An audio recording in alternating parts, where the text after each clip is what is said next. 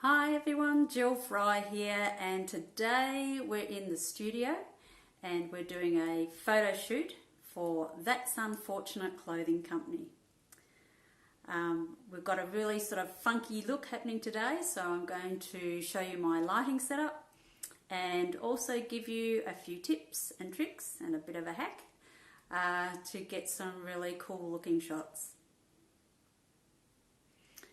Okay, so first of all, I'm going to show you the lights I used. I have got a white background here, and here I've got a a young Nuo. This is a young Nuo 363 Pro, and I've got one on that side pointing at the light, and I've got another one on this side, and you can change the colours of these lights to be whatever you want them to be. So let's, for example, if I can get it working, you can change the brightness, and you can also change the colours to give some really sort of cool sort of looks. Okay, so that's the colours that I've got, and I'll choose it. Let's choose a different one.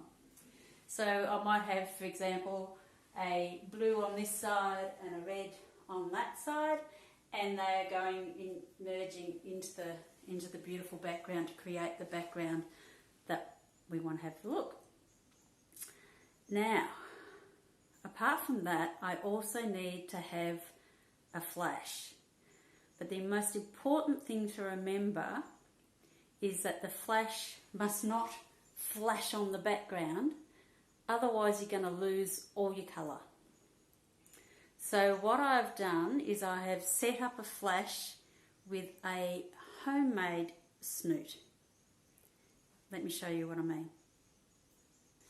Okay, so here's my camera set up, and I've got my Godox controller on my camera, and just below the camera I have got my Godox AD200 Pro, and on it I have got this snoot.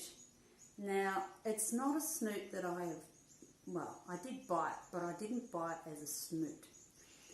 It is actually from Kmart, and it is a collapsible funnel, and it makes the perfect snoot, and it only cost $1.50. So this is ideal. Now, the reason why I want something with just such a small aperture is to focus on this. So with the model shoot, I actually don't want the model and all the rest of it. I actually want the focus on the clothing. So this is pointed directly at where it says "That's unfortunate," or where it's got the mandala on the other side. So that is the perfect way to control your light to a very small amount.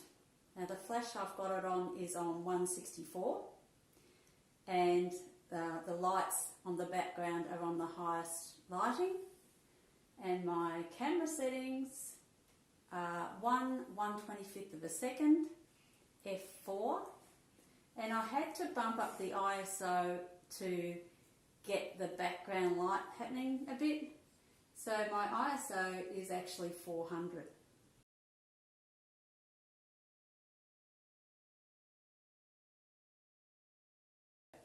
So I've had to do it myself. And that's one of the reasons why I have purposely tried to make it so that the focus is on the shirt and the focus is not on me, because this is a young and trendy clothing company, and they don't want a soon-to-be 60-year-old woman really being prominent in their shots.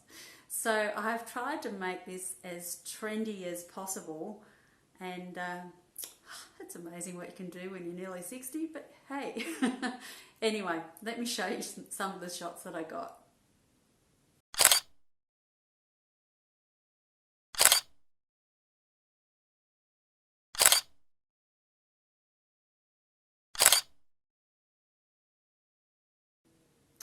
So I hope you've liked this video and that it has been useful for you.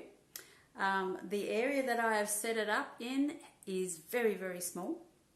I forgot to mention too that the lens that I used was my 24-70, and I also used my Pluto Trigger to do the focusing and taking the shot because there's no one to press the shutter button.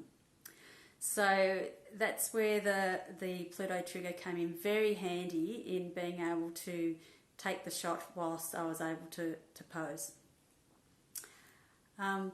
If it's useful to you, please don't forget to, ring the bell, like, subscribe and all that sort of thing, and have a go at doing this yourself. You may not have pretty coloured lights, but you can just use, put cellophane over a light or something like that, and or over a torch or over a floodlight or any lights that you have a go. But the important part, as I said before, is to make sure there is no flash that is coming in on the background because all your colour will be gone. Okay guys, I'll catch you later and I'll see you next time. Bye.